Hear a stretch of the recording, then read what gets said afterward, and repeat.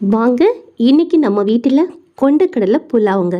அம்மா ஒரு பேன் எடுத்துக்கிட்டாங்க. அது 1 டீஸ்பூனுக்கு தேங்காய் எண்ணெய் ஊற்றிக்கிட்டாங்க. ஒரு 2 டீஸ்பூனுக்கு நெய் ஊற்றிக்கிட்டாங்க. பட்டை, கிராம்பு, ஏலம் போட்டு நல்லாவே பொரிய விட்டுக்கிட்டாங்க. இப்போ ஒரு பெரிய வெங்காயத்தை நீள்வாக்கில் கட் பண்ணி அதையும் நல்லாவே வதக்கி எடுத்துக்கிட்டாங்க.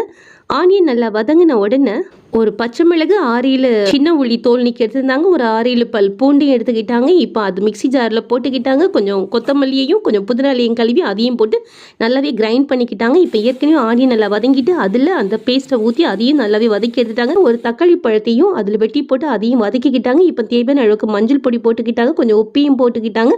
அதையும் நல்லா வதக்கி விட்டுக்கிட்டு ஒரு 1/2 டீஸ்பூனுக்கு கறி மசாலா போட்டு அதையும் வதக்குனாங்க. ஏற்கனவே ஒரு உருளைக்கிழங்கு வேக வச்சு தோல் நீக்கி வச்சுருந்தாங்க. அதையும் இப்போ போட்டுக்கிட்டாங்க.